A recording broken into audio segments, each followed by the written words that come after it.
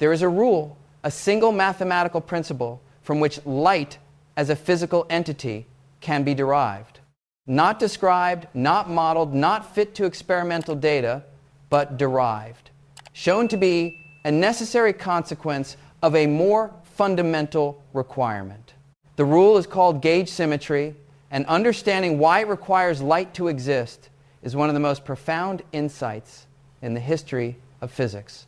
I want to develop this argument carefully because the popular account of gauge symmetry is almost always incomplete.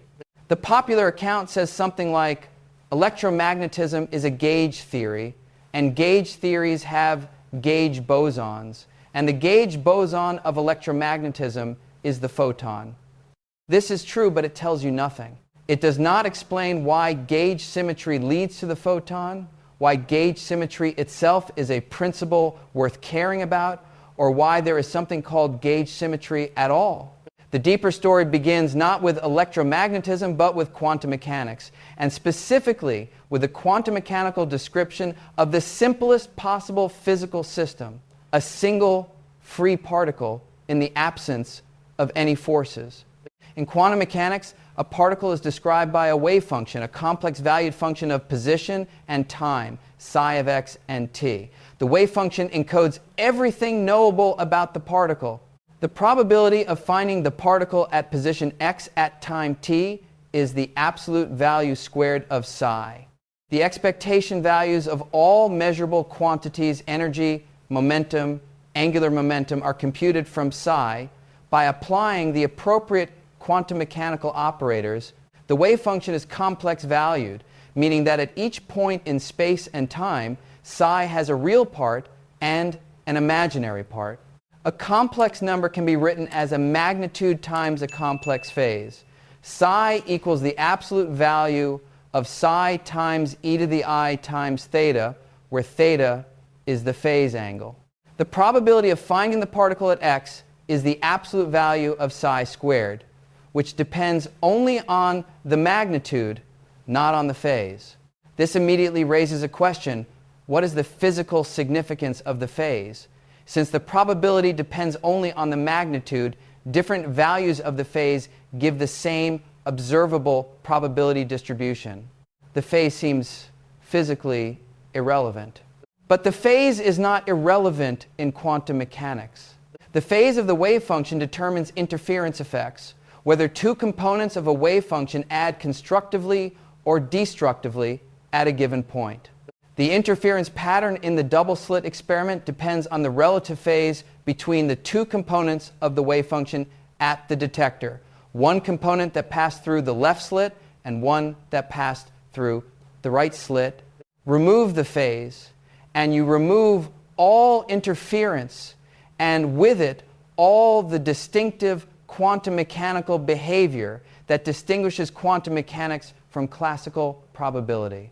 So the phase is physically meaningful, but only the relative phase between different parts of the wave function, not the absolute value of the phase at any single point.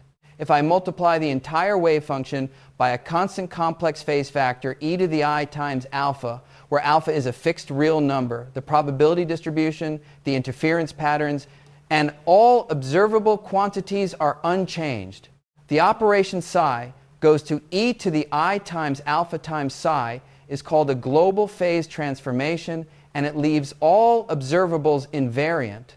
This is the first form of gauge symmetry, the global U1 symmetry of the wave function.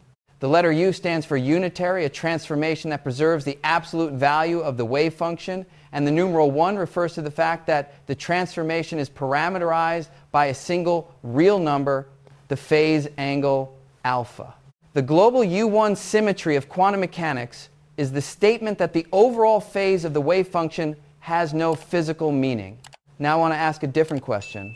What if we allow the phase transformation to depend on position? What if, instead of multiplying the wave function everywhere by the same constant e to the I alpha, we multiply it by a phase that varies from point to point? Psi of x goes to e to the I alpha of x times psi of x, where alpha of x is a different phase at each spatial location. This is a local phase transformation, also called a local U1 transformation or a gauge transformation. And the question of what happens to the physics under this transformation is the heart of gauge symmetry. For a free particle, a particle with no interactions, the local phase transformation changes the wave function in a way that does affect observables. Specifically, the derivatives of the wave function change. The gradient of psi acquires an additional term involving the gradient of alpha. This means that the kinetic energy of the particle, which is computed from the derivatives of the wave function, changes under a local phase transformation. The physics is not invariant under local phase transformations. This is where the story gets interesting. We have established that global phase transformations leave the physics unchanged. The overall phase of the wave function is physically meaningless. But local phase transformations do change the physics. The question is, should they? If the phase at each point in space is physically meaningless, if there is no way in principle to measure the absolute phase at a given point in space, then different observers who assign different phases at different points should see the same physics. The physics should be invariant under local phase transformations. The requirement that the physics be invariant under local phase transformations is gauge invariance. The argument for gauge invariance is this. Since the absolute phase of the wave function at any given point has no physical meaning, it cannot be measured directly and is not constrained by any physical law, we should be free to choose the phase at each point in space independently without affecting any observable quantity. If the physics changed when we made such a choice, it would mean that the physics depended on something unobservable and unmeasurable, which is philosophically untenable. This is the gauge principle.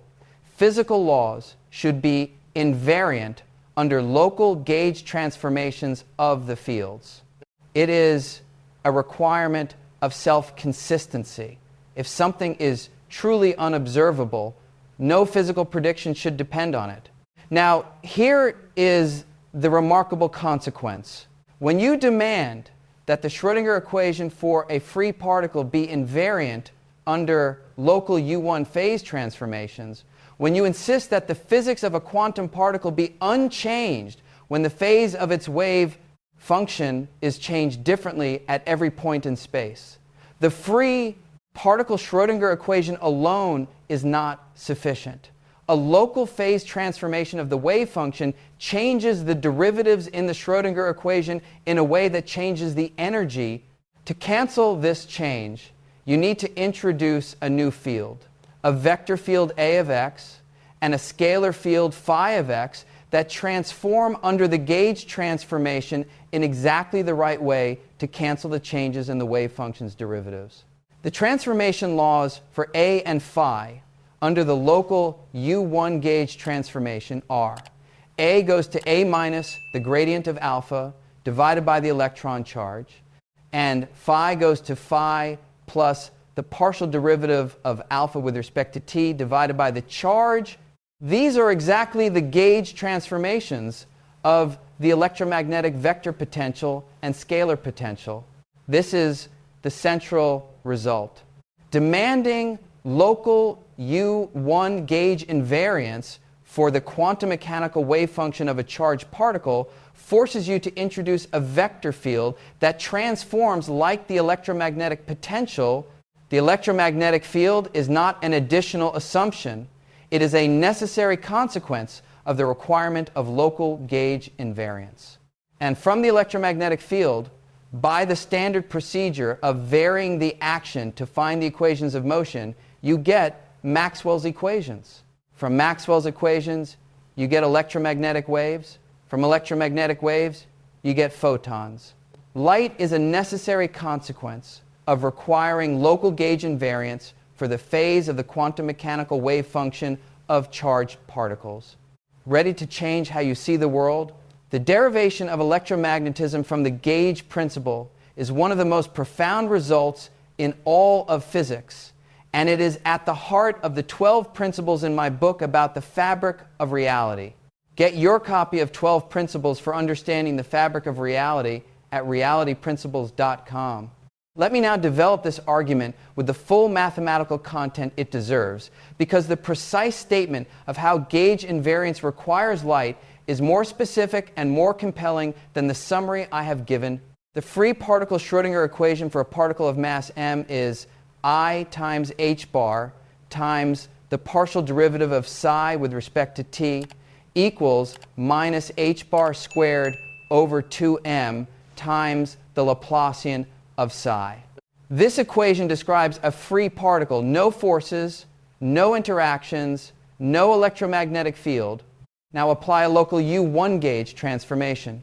Psi of x, t goes to e to the I alpha of x, t times psi of x, t, where alpha is an arbitrary function of position and time. The transformed wave function psi prime equals e to the I alpha times psi.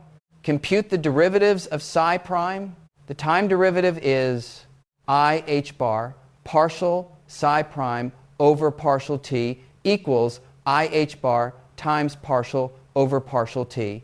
E to the I alpha times psi equals e to the I alpha times I h bar partial psi over partial t plus I h bar partial alpha over partial t times psi equals e to the I alpha times I h bar partial psi over partial t plus e to the I alpha times minus h bar partial alpha over partial t times psi. The first term is what the equation requires, e to the I alpha times the kinetic energy terms. The second term is new. It is a correction from the position and time dependence of the phase. This correction term means that psi prime does not satisfy the free particle Schrödinger equation even if psi does. To fix this, you can replace the ordinary partial derivatives in the Schrödinger equation by covariant derivatives that include a new vector field. Define the covariant derivative with respect to time as dt equals partial over partial t plus I times e over h bar times phi, where phi is a scalar field. Define the covariant spatial derivative as d equals gradient minus I times e over h bar times a, where a is a vector field. If the fields phi and a transform as phi goes to phi minus partial alpha over partial t divided by e, and a goes to a plus gradient of alpha divided by e, then the covariant derivatives of psi prime transform in exactly the same way as the covariant derivatives of psi. The Schrödinger equation written in terms of covariant derivatives is invariant under local U1 gauge transformations. The gauge invariant Schrödinger equation is I h bar d t psi equals minus h bar squared over 2m times d squared times psi. When you expand this, substituting the definitions of d, t, and d, you get I h bar partial psi over partial t plus e. Phi psi equals minus h bar squared over 2m times gradient minus ie over h bar a squared times psi. This is the Schrödinger equation for a particle of charge E in the presence of an electromagnetic potential given by the scalar potential phi and the vector potential A. The electromagnetic field tensor F, from which the electric field E and the magnetic field B are derived as E equals minus gradient phi minus partial A over partial T, and B equals curl of A, is the gauge invariant quantity constructed from phi and A. The equations governing the dynamics of the electromagnetic field are determined by the requirement that the field equation be gauge invariant and Lorentz invariant, and that it reduce to Coulomb's law in the static limit. These requirements give Maxwell's equations. The photon is the quantum of the electromagnetic field, the massless spin, one particle that carries the electromagnetic force. Its masslessness is a consequence of gauge invariance. A mass term for the gauge field of the form 1/2 times m squared times a squared would not be invariant under the gauge transformation. A goes to A plus gradient alpha, because A plus gradient alpha squared does not equal A squared. To add a mass for the photon while maintaining gauge invariance requires the Higgs mechanism, the spontaneous breaking of gauge symmetry, but in quantum electrodynamics, the electromagnetic gauge symmetry is not broken and the photon remains massless. The entire structure of quantum electrodynamics, the quantum field theory of light and matter, the most precisely tested theory in all of physics, follows from the requirement of local U1 gauge invariance applied to the electron field. The photon, with all its properties, zero rest mass, two polarization states, coupling to electric charge proportional to the charge, the specific form of the interaction vertex in Feynman diagrams, all of this is determined by the gauge principle. Light is necessary once you demand that physics be invariant under local phase rotations of the electron field. This is what the rule explains: why light exists. Not from observation, not from fitting experimental data, but from the logical requirement that the absolute phase of the quantum mechanical wave function at any point in space be physically meaningless. Let me now take a step back and address the philosophical significance of this derivation, because it raises a question that is both profound and genuinely difficult. What does it mean to say that gauge invariance is a principle, and why should we accept it? The gauge principle says if something is truly unobservable, no physical prediction should depend on it. The absolute phase of the quantum mechanical wave function is unobservable in the sense that no measurement can determine the overall phase factor e to the I alpha at a given point in space. Therefore, the physics should not depend on the choice of this phase factor. Therefore, the physics should be invariant under local phase transformations. Therefore, a gauge field, the electromagnetic potential, must exist, and from it follows the photon.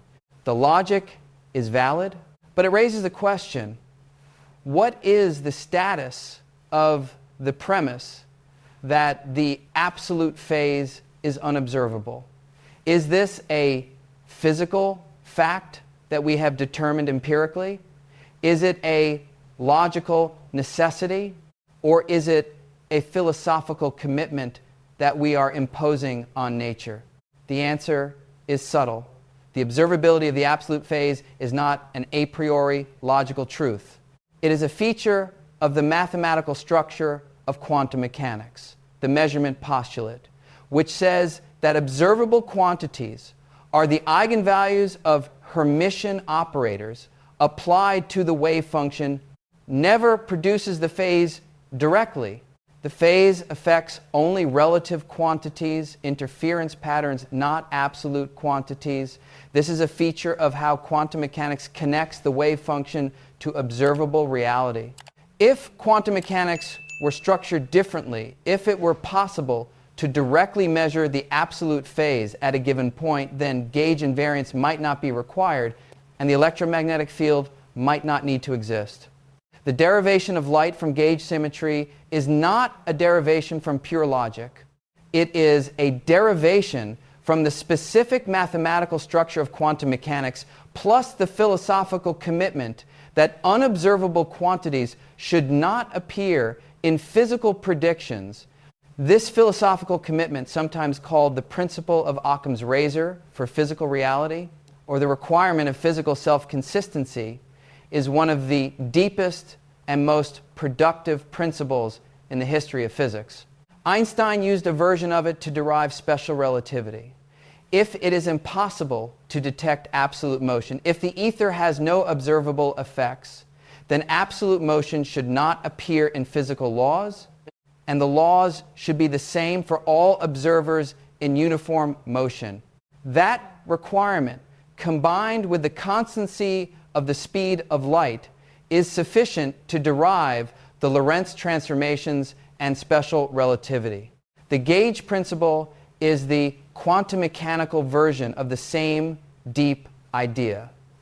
If the absolute phase of the wave function is not observable, it should not appear in physical laws. The physical laws should be invariant under the choice of phase at each point in space, and from that requirement, the electromagnetic field is necessary. Let me now extend the argument to the other fundamental forces, because gauge symmetry is not just the explanation for electromagnetism. It is the explanation for all of the fundamental forces of nature. The standard model of particle physics is built on three gauge symmetries. The first is the U1 gauge symmetry of electromagnetism that I have described. The second is the SU2 gauge symmetry of the weak nuclear force. The third is the SU3 gauge symmetry of the strong nuclear force. The letters U and S stand for unitary and special. Unitary means the transformation preserves the lengths of vectors in the internal symmetry space. And special means the determinant of the transformation matrix is 1. The numbers 1, 2, and 3 refer to the sizes of the unitary matrices involved. U1 uses 1 by 1 unitary matrices, which are just complex numbers on the unit circle, e to the I alpha. SU2 uses 2 by 2 unitary matrices with determinant 1. SU3 uses 3 by 3 unitary matrices with determinant 1. The SU2 gauge symmetry acts on the weak isospin doublets, pairs of particles like the electron and its neutrino, or the up quark and the down quark. Demanding local SU2 gauge invariance for these doublets requires the introduction of 3 gauge bosons, the W mice, W minnow, and W to the power of 0 with specific transformation properties. These are the gauge bosons of the weak nuclear force. But wait, the W and Z bosons are not massless. They have masses of approximately 80 and 91 GeV respectively. How can they be gauge bosons if gauge invariance requires masslessness? This is where the Higgs mechanism enters. The W and Z bosons acquire their masses through the spontaneous breaking of the SU2 gauge symmetry by the Higgs field. In the absence of the Higgs field, the W and Z bosons would be massless gauge bosons of the SU2 symmetry. The Higgs field acquires a non-zero vacuum expectation value. It condenses throughout space, and this condensate breaks the SU2 symmetry, giving the W and Z bosons masses through their coupling to the Higgs condensate. The photon remains massless because the electromagnetic U1 symmetry is a specific linear combination of the original SU2 and an additional U1 hypercharged symmetry that is preserved by the Higgs condensate. The electroweak theory, the unified theory of electromagnetism, and the weak force is an SU2 times U1 gauge theory in which the Higgs mechanism breaks the symmetry to the electromagnetic U1 that we observe at low energies. The W and Z bosons become massive through the Higgs mechanism, while the photon remains massless because the electromagnetic U1 is unbroken. The SU3 gauge symmetry acts on the color charges of quarks, the 3 types of strong charge called red, green, and blue. Demanding local SU3 gauge invariance for the quark fields requires the introduction of 8 gauge bosons, the gluons, that mediate the strong nuclear force. The gluons are massless, as required by gauge invariance, and the SU3 color symmetry is not broken, so all 8 gluons remain massless. The gluons are massless, but they are not free particles like the photon. They are confined. They cannot propagate as free particles over long distances because of a phenomenon called color confinement. The strong force between quarks increases with distance rather than decreasing. So separating a quark-antiquark pair requires more and more energy until it is energetically favorable to create a new quark-antiquark pair from the vacuum. The gluons carry color charge themselves, and their mutual interactions produce this confining behavior. The fact that gluons carry color charge, that gauge bosons can interact with each other, is a feature of non-abelian gauge theories, which are gauge theories based on symmetry groups like SU2 and SU3 that are non-commutative, meaning the order of group operations matters.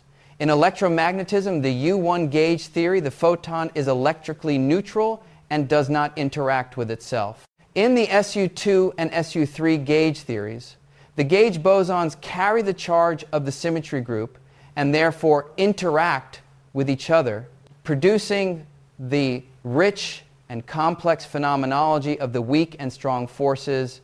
The standard model of particle physics is the gauge theory, SU3 times SU2 times U1.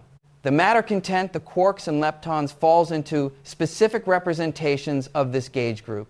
The gauge bosons, the photon, W mice, W minas, Z, and 8 gluons, are determined by the gauge group. The Higgs field is a doublet of the SU2 that acquires a vacuum expectation value and breaks the electroweak symmetry. Everything else, every interaction, every Feynman diagram, every scattering amplitude follows from the gauge principle applied to this symmetry group with this matter content. The 12 principles in my book are organized around the deep structural features of the universe that gauge symmetry exemplifies. The relationship between symmetry and physical law, between the structure of mathematics and the structure of nature, between what is observable and what is real. Ready to change how you see the world? Get 12 principles for understanding the fabric of reality at realityprinciples.com. Let me now describe the specific experimental tests of gauge invariance, because a principle this fundamental should be tested against nature with every tool available. The most precise test of gauge invariance in electromagnetism is the anomalous magnetic moment of the electron, denoted G-2. In the Dirac equation, the relativistic quantum mechanical equation for the electron has a magnetic moment of exactly 2 Bohr magnetons. Quantum electrodynamic corrections due to the emission and reabsorption of virtual photons modify this to a value slightly different from 2. The anomalous magnetic moment is defined as E equals G-2 divided by 2. QED predicts the anomalous magnetic moment as a power series in the fine structure constant alpha, which is the dimensionless coupling constant of electromagnetism, equal to approximately 1 over 137. The prediction is E equals alpha over 2 pi minus 0.328 times alpha over pi squared plus 1.18, 1 times alpha over pi cubed minus 1.509 times alpha over pi to the 4th, plus each coefficient requires the computation of Feynman diagrams with increasing numbers of loops. And the computation at 4 loops, requiring the evaluation of 891 Feynman diagrams, took decades of work.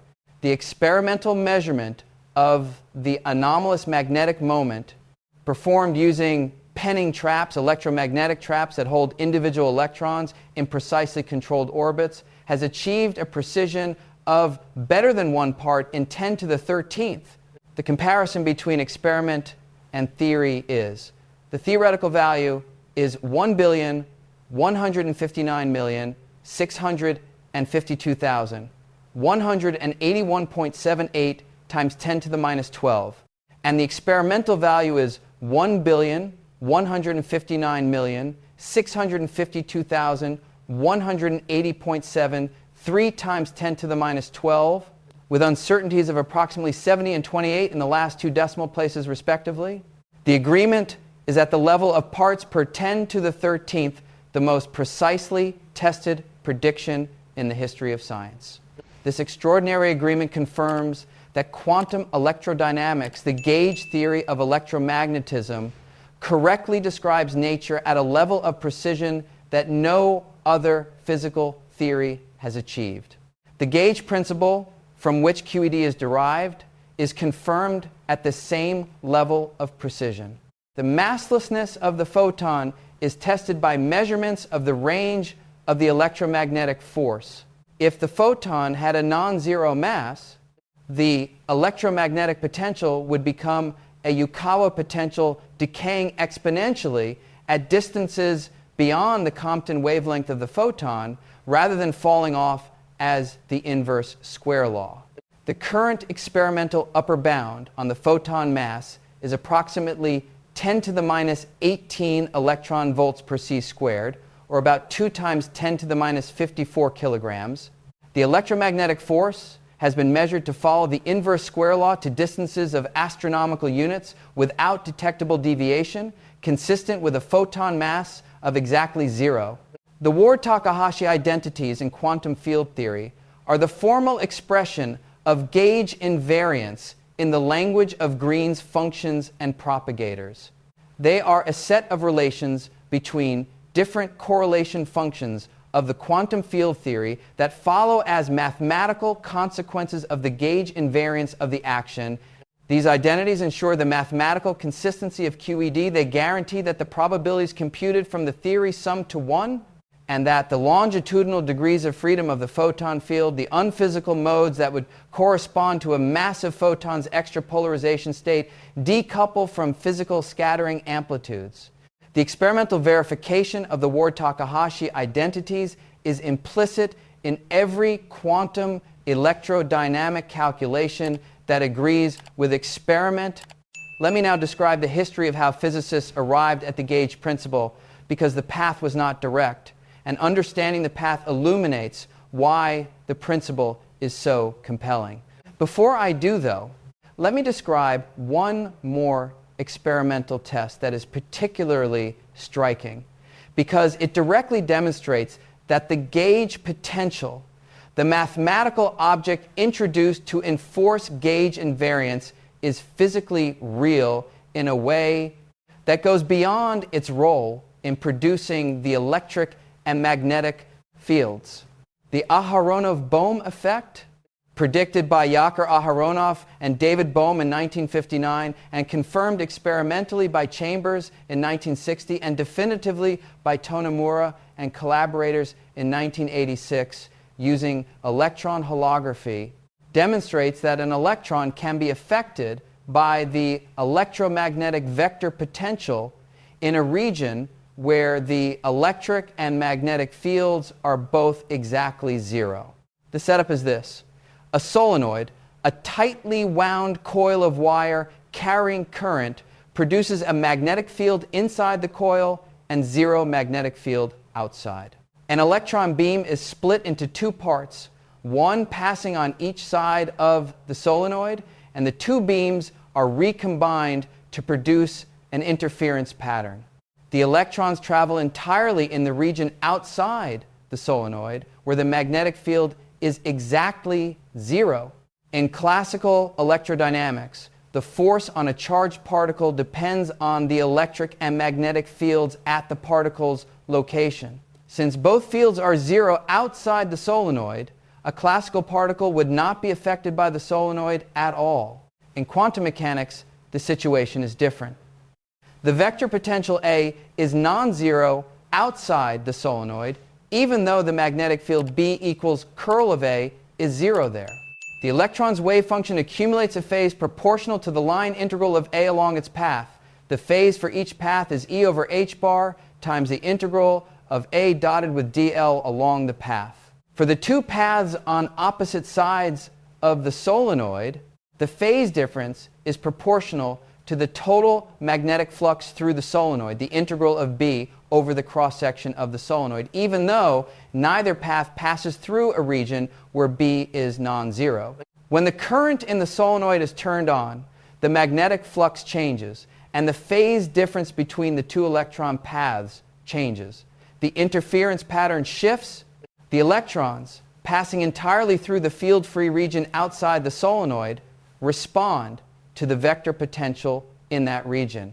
The Aharonov-Bohm effect demonstrates that the vector potential A is not merely a mathematical convenience for calculating the electric and magnetic fields.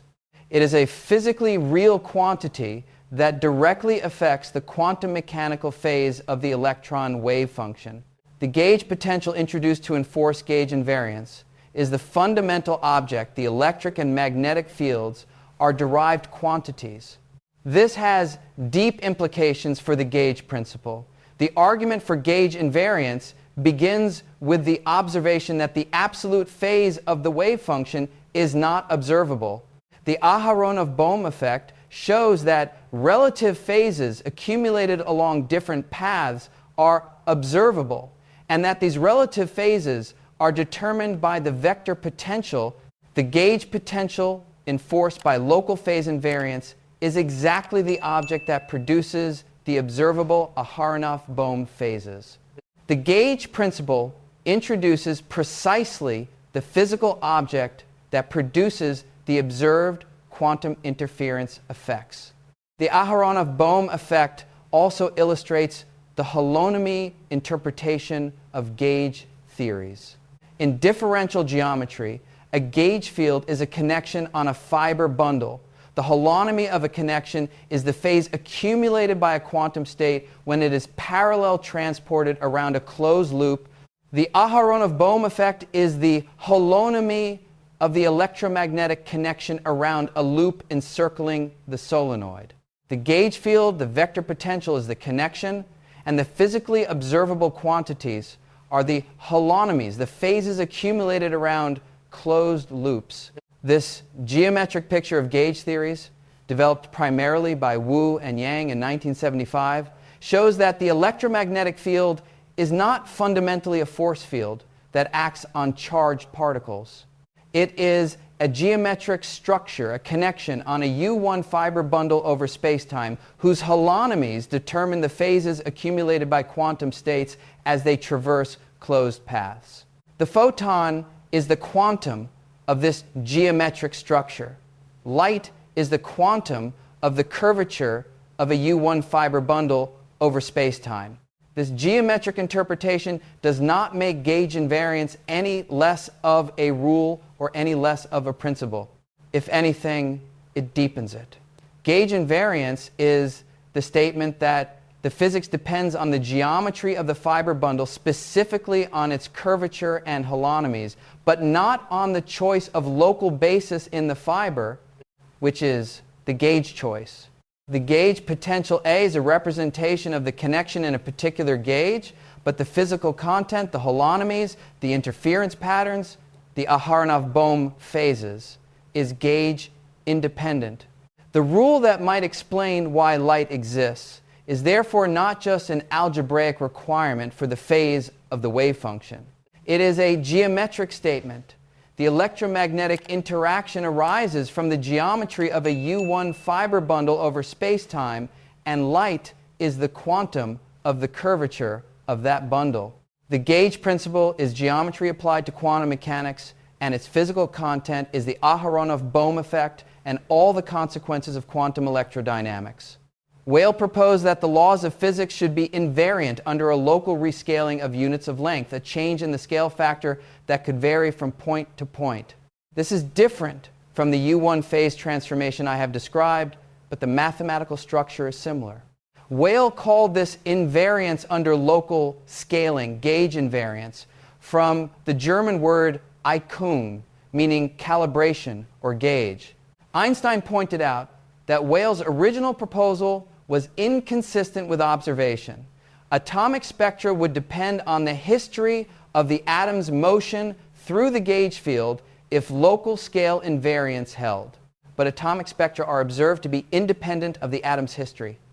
Weyl's original theory was wrong, but Weyl's mathematical framework survived. In 1927, Fritz London showed that when quantum mechanics was developed, the global phase transformation of the wave function was the correct version of Weyl's gauge transformation, not a local scale transformation, but a local phase transformation.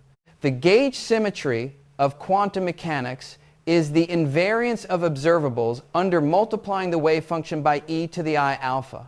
Vladimir Fock and Hermann Weyl in 1929 independently showed that the requirement of local U1 gauge invariance for the electron wave function leads directly to the electromagnetic interaction. This was the first complete derivation of electromagnetism from a symmetry principle. The photon was shown to be necessary for local phase invariance of the electron. The extension to non-abelian gauge theories, the generalization from U1 to SU2 and SU3, was made by Chen-Ning Yang and Robert Mills in 1954. Yang and Mills generalized the gauge transformation from multiplication by a single complex phase to multiplication by a 2x2 SU2 matrix that can vary from point to point. The local SU2 gauge invariance of the doublet field requires the introduction of 3 gauge bosons that transform as a triplet under SU2. The Yang-Mills theory was the mathematical foundation for the subsequent development of the electroweak theory and quantum chromodynamics. Yang and Mills originally intended their SU2 gauge theory to describe the strong nuclear force, but their gauge bosons were massless, inconsistent with the observed short range of the strong force. The resolution giving the gauge bosons mass through the Higgs mechanism came in the 1960s with the work of Peter Higgs, Tom Kibble, Robert Brout, Francois Englert, and others. The Weinberg-Salam electroweak theory of 1967 and 1968 used the Yang-Mills structure with the Higgs mechanism to produce a unified theory of electromagnetism and the weak force, with the photon massless and the W and Z bosons massive. The completion of the Standard Model in the early 1970s, with the development of quantum chromodynamics by Politzer, Gross, and Wilczek, and its confirmation as the theory of the strong force, established the gauge principle as the organizing principle of the fundamental interactions. All 3 forces, electromagnetic, weak, and strong, are gauge theories. All 3 arise from the requirement of local gauge invariance for specific symmetry groups. All 3 involve gauge bosons as the force carriers. Light is one of these gauge bosons, and its existence follows from the most fundamental symmetry of the quantum mechanical description of electrons.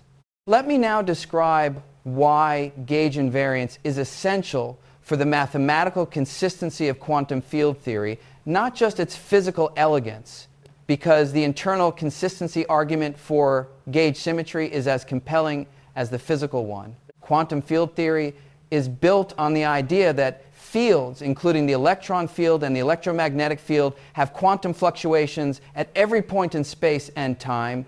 These fluctuations, corresponding to the creation and annihilation of virtual particles, contribute to every physical process.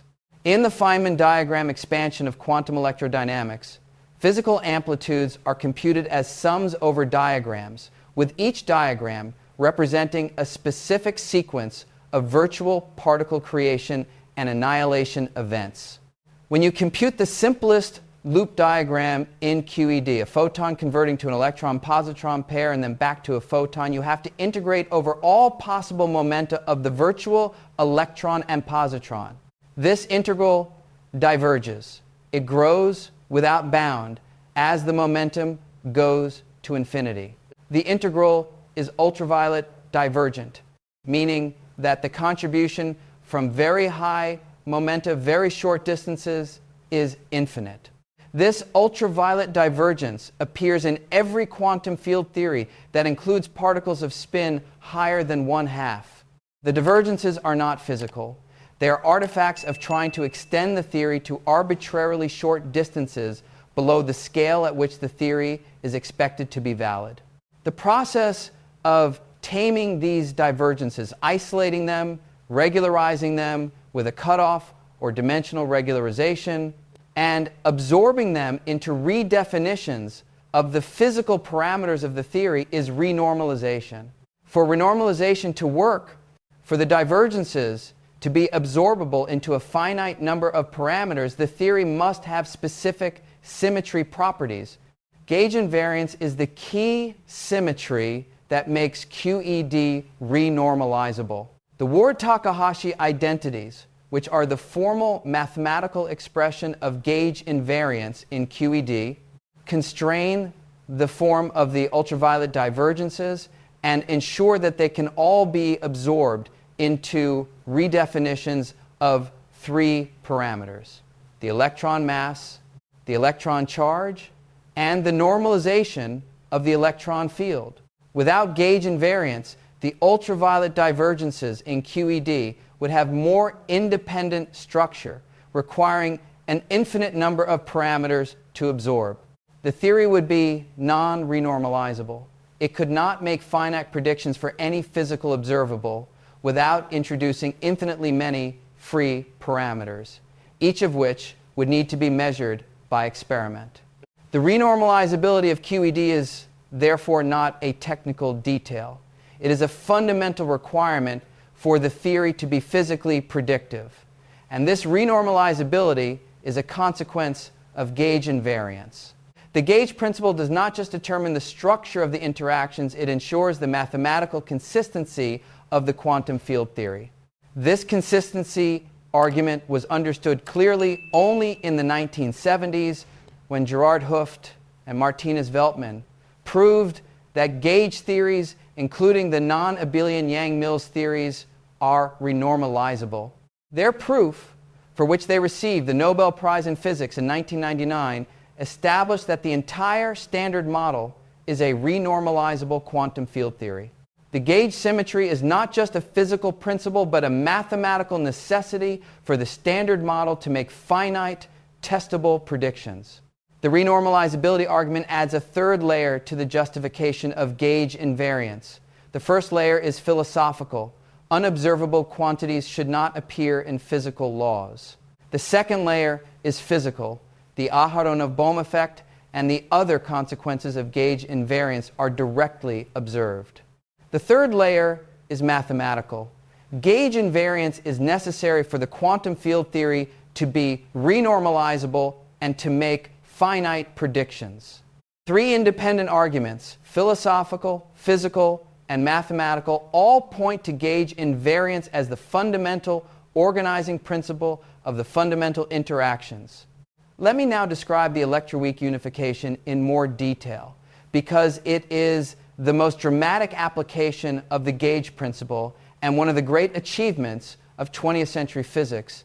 The weak nuclear force was discovered through the beta decay of radioactive nuclei, the process in which a neutron decays to a proton, an electron, and an antineutrino. The decay was found to be mediated by a force with a very short range, much shorter than the range of the electromagnetic force, and to violate several symmetries that were expected to be exact. Parity, the symmetry between mirror image processes and charge conjugation parity. Enrico Fermi, in 1934, described beta decay with an effective four-fermion interaction. The four particles involved neutron, proton, electron, antineutrino all meet at a single point and interact with a fixed coupling constant Gf, the Fermi constant. Fermi's theory was phenomenologically successful at low energies, but was non-renormalizable. At high energies, the coupling became strong and the perturbative expansion broke down. The theory was incomplete. The correct description of the weak force came with the electroweak unification of Sheldon Glashow, Abdus Salam, and Steven Weinberg in the 1960s, for which they shared the Nobel Prize in 1979. The key insight was that the weak force, like electromagnetism, is a gauge theory. The weak force is based on an SU2 gauge symmetry, acting on doublets of left-handed fermions, the electron and its neutrino, the muon and its neutrino, the up and down quarks in each generation. The local SU2 gauge invariance requires three gauge bosons, the W-mice, W-min, and W to the power of 0. These are the force carriers of the weak interaction, analogous to the photon for electromagnetism. But the weak force is short-ranged, so the gauge bosons must be massive. The Higgs mechanism provides the mass. The Higgs doublet acquires a vacuum expectation value that breaks the SU2 times U1 symmetry to the electromagnetic U1, giving the W mice, W minnows, and Z bosons a specific combination of W to the power of 0 and the U1 hypercharged boson, their masses of approximately 80, 80, and 91 GeV, while the photon remains massless. The electroweak theory predicts not just the existence of the W and Z bosons, but their masses, their couplings to all the known fermions, the rate of every known weak interaction process, and the existence of neutral current interactions, weak interactions mediated by the Z boson that do not change the electric charge of the particles involved. Neutral currents were discovered in 1973 at CERN using the Gargamel bubble chamber. The W and Z bosons were discovered in 1983 at CERN using the UA1 and UA2 detectors with masses exactly as predicted by the electroweak theory. The discovery of the W and Z bosons was the most direct confirmation of the non-abelian gauge principle. The prediction that the weak force is mediated by 3 gauge bosons with specific masses and couplings derived from the local SU 2 gauge symmetry was confirmed by experiment with extraordinary precision. The gauge principle applied to the weak force gave the correct description of the physics. The Higgs boson, the physical excitation of the Higgs field above its vacuum expectation value, is the final particle predicted by the electroweak theory. Its discovery at CERN in 2012, with a mass of approximately 125 GeV, completed the experimental verification of the electroweak theory and confirmed the Higgs mechanism as the correct description of electroweak symmetry breaking. The Nobel Prize in Physics for 2013 was awarded to Peter Higgs and Francois Englert for the theoretical prediction. The confirmation of the electroweak theory is the confirmation of the gauge principle at its most ambitious. The unification of 2 apparently different forces, electromagnetism and the weak force, under a single gauge symmetry group, with the apparent differences between them, the masslessness of the photon versus the massive W and Z bosons, the infinite range of electromagnetism versus the short range of the weak force, explained by the spontaneous breaking of the larger gauge symmetry by the Higgs field.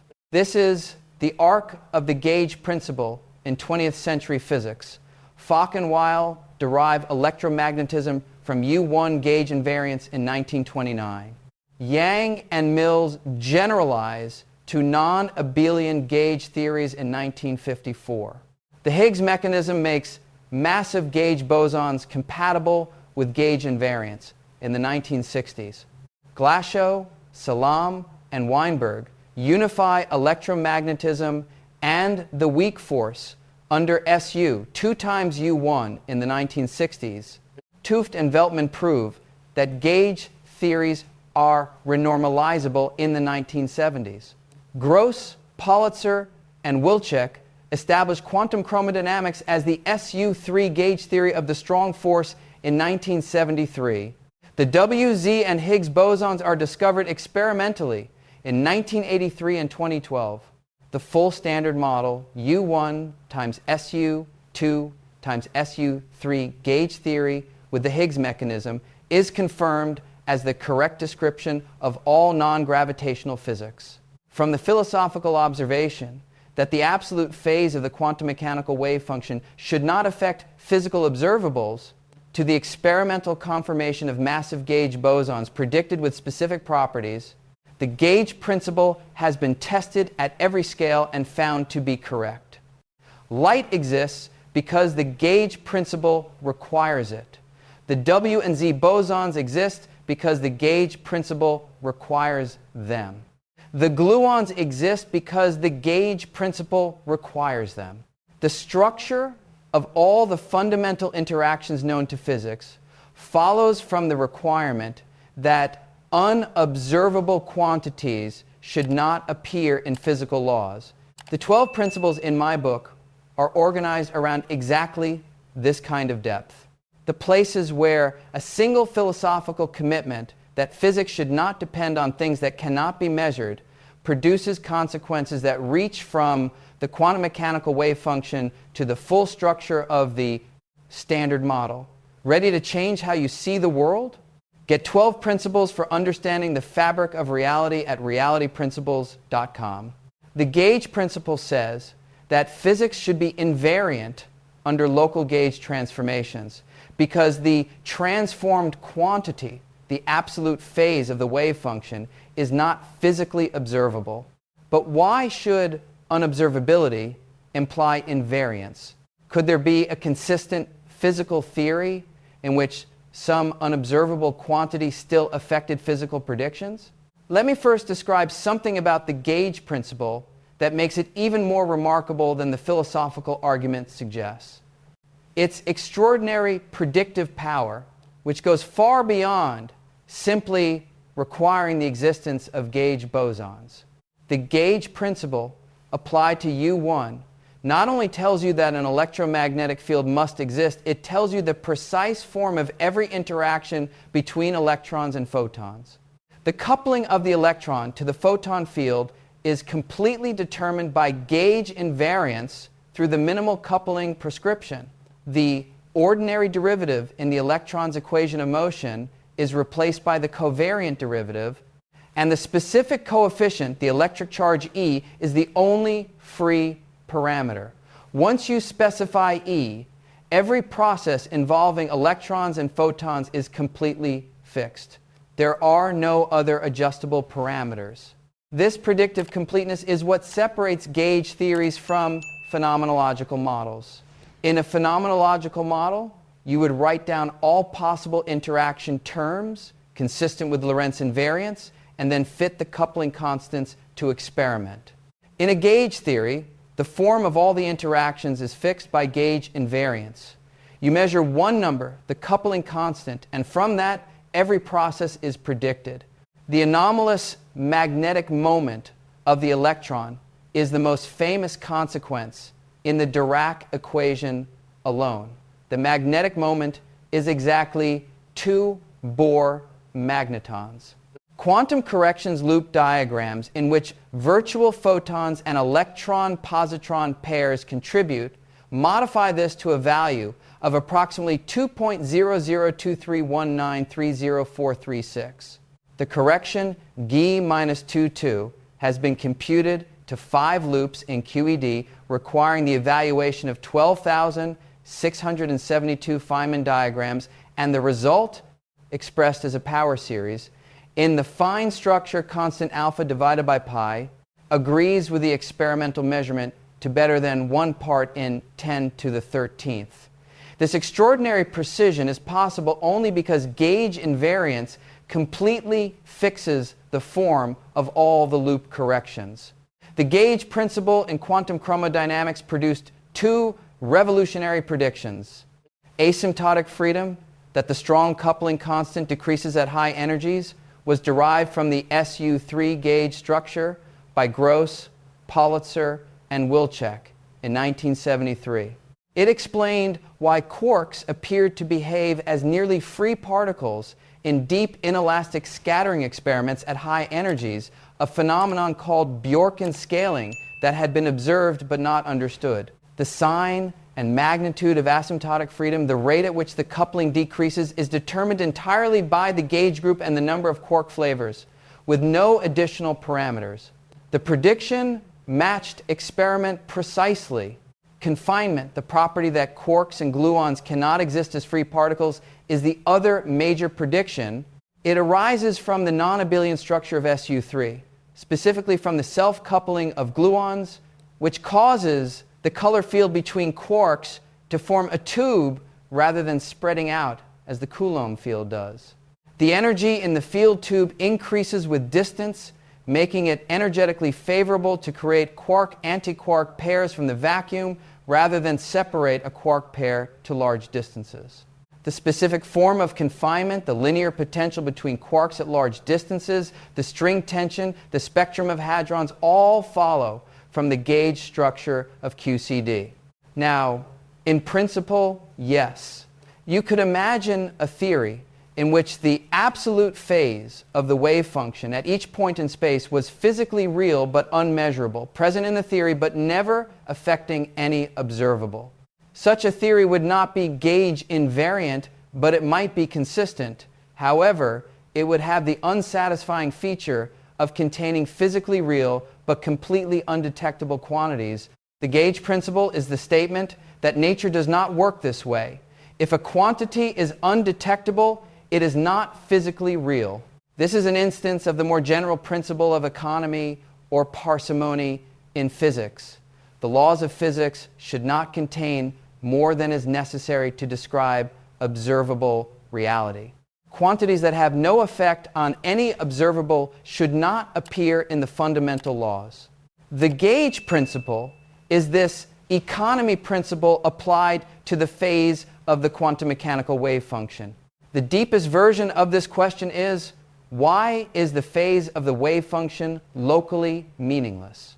Why is it that only relative phases between different parts of the wave function produce observable effects, while the absolute phase at any single point does not? This is a feature of the mathematical structure of quantum mechanics, specifically of the Born rule, which says that probabilities are the absolute squares of amplitudes. The Born rule eliminates the phase from all direct probability calculations, leaving only relative phases in interference effects.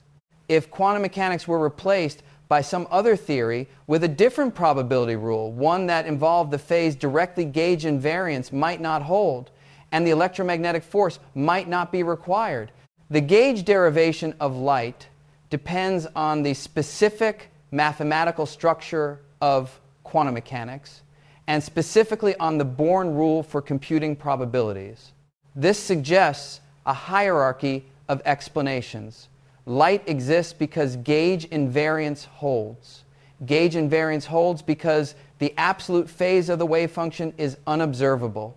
The absolute phase is unobservable because of the Born rule. Why the Born rule? Because the Born rule is a feature of quantum mechanics. Why quantum mechanics? Because quantum mechanics is the correct description of nature at the fundamental level. And at this point, the chain of explanations reaches the boundary of what we currently understand. The gauge principle is one of the most powerful organizing principles in physics. It explains the existence of the photon, the W and Z bosons, and the gluons. It determines the structure of all their interactions with matter. It constrains the form of all the fundamental forces. And it does all of this from the single philosophical commitment that unobservable quantities should not appear in physical laws. Whether the gauge principle is a deep truth about nature, a fact that would be true in any consistent universe, or whether it is a contingent feature of our specific universe that happens to have the mathematical structure of quantum mechanics with the Born rule, is a question that sits at the boundary of physics and philosophy. It is one of the deepest questions about why the laws of physics are what they are. There is a possible answer that goes deeper, and it comes from the search for a unified theory of all forces. In string theory, the attempt to unify quantum mechanics with general relativity and to describe all four fundamental forces within a single theoretical framework, gauge symmetries are not assumed as input. They emerge from the geometry of the extra dimensions that string theory requires. String theory is consistent in 10 space-time dimensions. 6 of those dimensions, beyond our observed 4, must be compactified, curled up into a compact internal space whose size is far below any scale we have directly probed. The specific gauge symmetries of the resulting 4-dimensional theory are determined by the topology and geometry of the compact 6-dimensional manifold. In a specific class of compactifications, heterotic string theory compactified on a Calabi-Yau manifold, the gauge symmetry of the resulting 4-dimensional theory can be a subgroup of the E8 times E8. So 32 gauge symmetry of the 10-dimensional string theory. The specific subgroup that emerges depends on the shape and topology of the Calabi-Yau manifold. For certain choices of Calabi-Yau manifold, the resulting gauge symmetry contains U1 times SU, 2 times SU, 3. Exactly the standard model's gauge group. In this picture, the gauge principle holds not because of a philosophical commitment about observability, but because it is a consequence of the geometry of the extra dimensions. The photon, the W and Z bosons, and the gluons are not added by hand. They emerge from the geometry of the compact internal space. The U1 gauge boson, that becomes the photon. The SU2 gauge bosons, that become the W and Z. The SU3 gauge bosons, that become the gluons. All of them are modes of the string whose quantum numbers are determined by the compact geometry. Whether this geometric origin of gauge symmetry constitutes a deeper explanation depends on your philosophical starting points. From one perspective, it replaces the question of why gauge symmetry holds with the question of why the extra dimensions are compactified in the specific way that produces the standard model. From another perspective, it is genuinely deeper. It shows that gauge symmetry is not an additional principle imposed on top of the other laws of physics, but a consequence of a more fundamental principle, the requirement that a consistent theory of quantum gravity in 10 dimensions produce a consistent 4-dimensional theory when the extra dimensions are compactified. The connection between gauge symmetry and the geometry of space-time at the deepest level is one of the most beautiful and deepest insights that string theory has produced, regardless of whether string theory is ultimately the correct description of nature.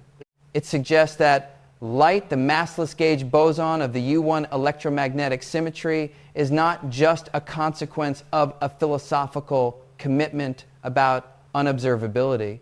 It is a geometric consequence of the structure of space-time at the Planck scale.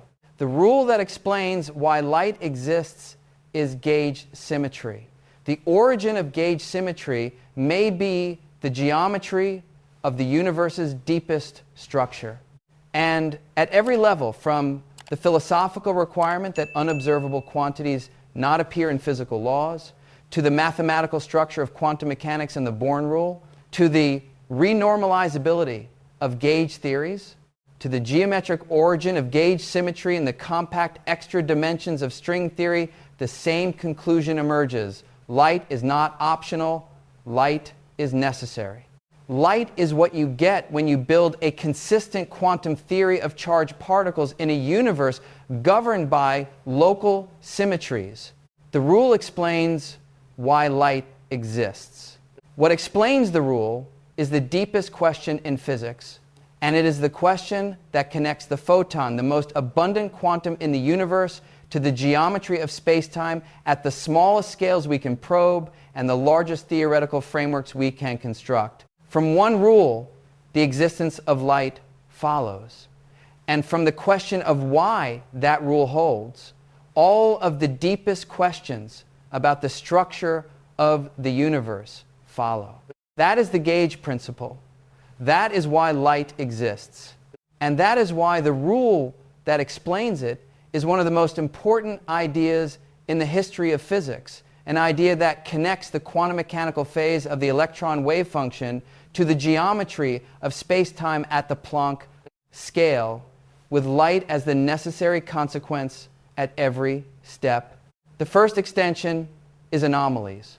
A quantum anomaly is a symmetry of the classical theory that is broken by quantum corrections.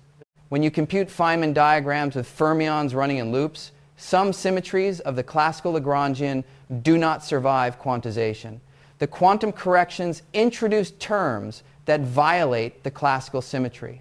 If a gauge symmetry is anomalous, if it is broken by quantum corrections, the theory is mathematically inconsistent. The Ward-Takahashi identities fail, probabilities do not sum to 1, and the longitudinal modes of the gauge bosons do not decouple.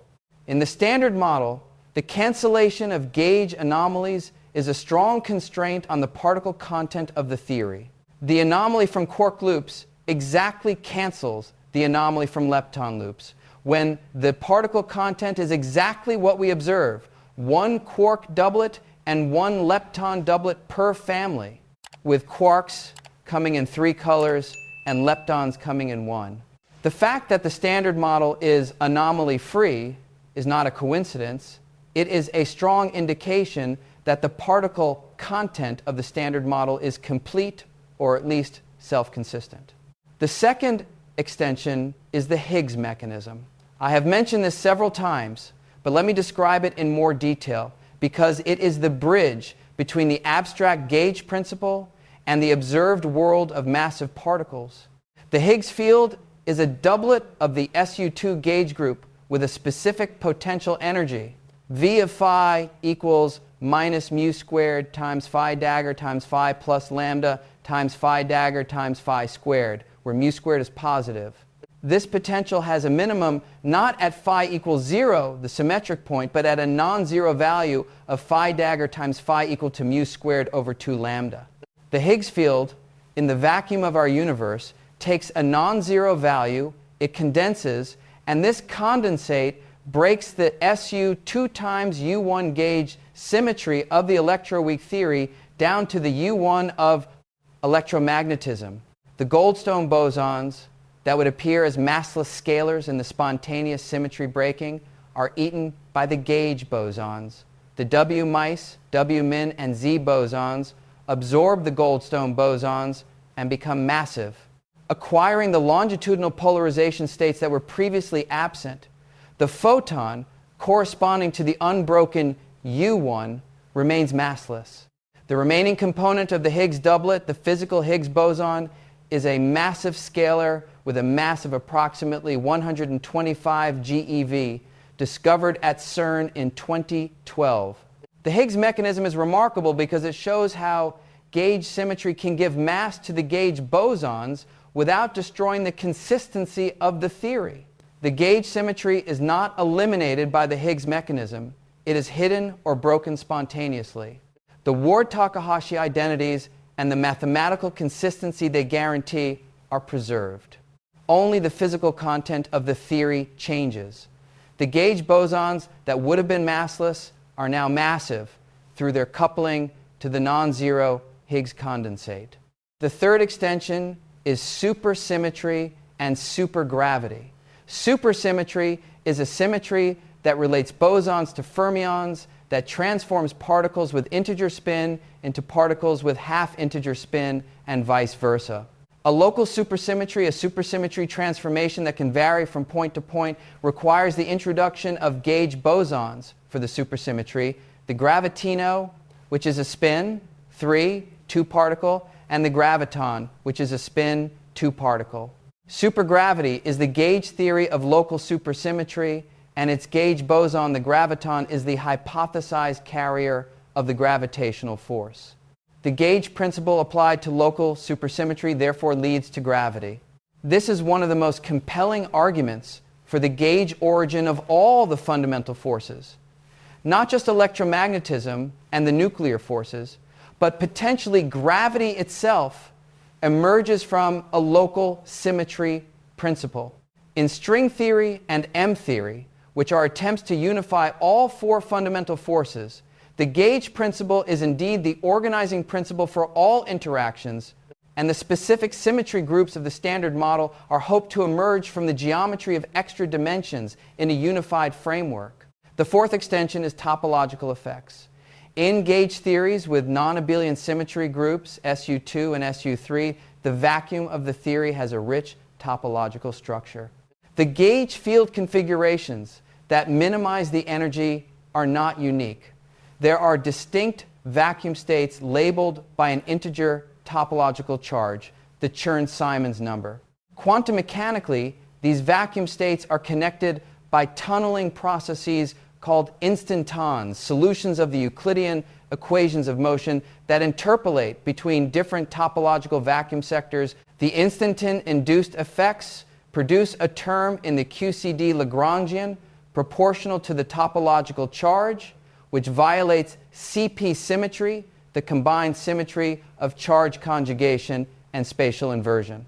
The observed absence of CP violation in the strong force, despite the theoretical expectation that the instanton term should be present with a coefficient of order 1, is the strong CP problem.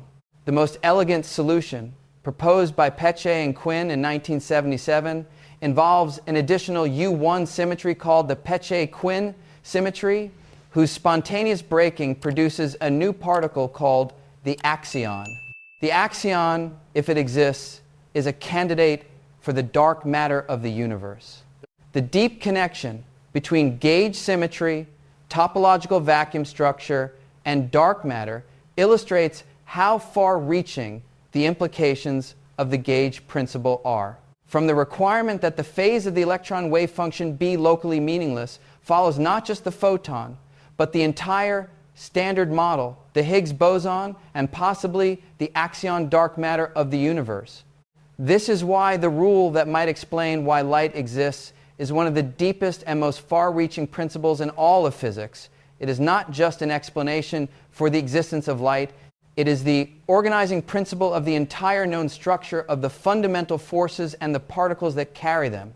Let me close with what I think is the most important thing to understand about the gauge derivation of light. Physics is, at its best, not a collection of facts about the world, but a system of principles from which facts follow as necessary consequences. The gauge principle is one of the deepest examples of this. From the philosophical requirement that the unobservable phase of the quantum mechanical wave function should not affect physical predictions follows, with mathematical necessity, the existence of the electromagnetic field, the photon, the specific form of the coupling of photons to electrons, the masslessness of the photon, and the infinite range of the electromagnetic force. These are not separate observations about light. They are all consequences of a single principle. Chen-Ning, and when you understand a principle so deeply, yet a set of phenomena as rich and diverse as all of electromagnetism follows from it, you have understood something fundamental about the structure of the universe. The history of physics is punctuated by moments where a single principle resolves an enormous apparent complexity. Newton showed that the same principle, universal gravitation, that causes an apple to fall also holds the moon in orbit and the planets on their paths. Maxwell showed that electricity and magnetism are not two separate phenomena, but two aspects of a single electromagnetic field. Einstein showed that the equivalence of inertial and gravitational mass, taken seriously as a deep principle, implies that space-time is curved and that gravity is geometry. The gauge principle is in this tradition. The electromagnetic force, with all its complexity, all its applications from chemistry to optics to electronics to neuroscience, follows from a single requirement about the phase of the quantum mechanical wave function. The weak nuclear force, which governs radioactive decay and powers the sun through proton-proton fusion, follows from extending the same gauge principle to an SU2 symmetry. The strong nuclear force, which binds quarks into protons and neutrons into atomic nuclei, follows from extending the gauge principle to an SU3 symmetry. Three of the four known fundamental forces, all forces except gravity, follow from the gauge principle applied to three different symmetry groups. And even gravity, through the gauge principle applied to local space-time symmetries, the local Lorentz symmetry that leads to Einstein's theory, may be a fourth instance of the same organizing principle. From a single philosophical commitment that the laws of physics should not contain unobservable quantities, the structure of three and possibly four fundamental forces follows. From this commitment, the photon follows. From the photon follows all of electromagnetism. From electromagnetism follow the molecules of chemistry, the cells of biology, the circuits of computers, the signals of the nervous system. From the gauge principle, in some sense, follows the possibility of the world we inhabit. Light is not a brute fact about the universe, something that just happens to exist and we just happen to observe. Light is a necessary consequence of asking that the laws of physics respect the inobservability of the absolute phase of the quantum mechanical wave function of charged particles. Light is what you get when you take the gauge principle seriously. Light is what the gauge principle demands. The rule is gauge symmetry. The consequence is light. The deeper question, why gauge symmetry should hold, why the phase of the wave function should be locally unobservable, why quantum mechanics should have the structure it has, is one of the questions that points toward the final theory of physics, the unified description of all the fundamental forces at the Planck scale. The universe is built on symmetry. The symmetry determines the forces. The forces determine the fields. The fields have quanta. The quanta of the electromagnetic field are photons. Light is not a brute fact about the universe. Light is a necessary consequence of the gauge principle. And the gauge principle, in its full generality, applied to all the symmetry groups of the Standard Model, gives you not just light, but the entire structure of the known fundamental interactions of nature. All the forces, all the gauge bosons, all the constraints on the matter content, all the mathematical self-consistency of quantum field theory, from one rule, the universe's fundamental interaction structure follows. What does it mean to you that a single symmetry principle is sufficient to require the existence of light? That photons are not optional in a universe that obeys the gauge principle applied to the quantum mechanics of charged particles? That every photon that has ever reached your eyes, every electromagnetic interaction that has ever occurred, every chemical bond that holds every molecule in your body together, all of it traces back to the requirement that the absolute phase of the quantum mechanical wave function should have no physical meaning? The gauge principle is one of the most powerful organizing principles in physics. It explains the existence of the photon, the W and Z bosons, and the gluons. It determines the structure of all their interactions with matter. It constrains the form of all the fundamental forces. And it does all of this from the single philosophical commitment that unobservable quantities should not appear in physical laws. That is the rule. That is why light exists. And that is what I want you to carry away from this video. Not the technical details of the Lorentz transformation of the gauge field, not the specific form of the covariant derivative, but the idea that the existence of light is not a mystery to be accepted and moved past, but a consequence to be derived from a principle that, once you see it, seems almost too simple to explain so much. These are not separate observations about light. They are all consequences of a single principle. And when you understand a principle so deeply that a set of phenomena as rich and diverse as all of electromagnetism follows from it, you have understood something fundamental about the structure of the universe. The rule is gauge symmetry. The consequence is light. The deeper question, why gauge symmetry should hold, why the phase of the wave function should be locally unobservable, why quantum mechanics should have the structure it has, is one of the questions that points toward the final theory of physics, the unified description of all the fundamental forces at the Planck scale. The universe is built on symmetry. The symmetry determines the forces. The forces determine the fields. The fields have quanta. The quanta of the electromagnetic field are photons. Light is not a brute fact about the universe, something that just happens to exist. Light is a necessary consequence of asking that the laws of physics respect the inobservability of the absolute phase of the quantum mechanical wave function of charged particles. Light is what you get when you take the gauge principle seriously. And the gauge principle, in its full generality applied to all the symmetry groups of the Standard Model, gives you not just light, but the entire structure of the known fundamental interactions of nature.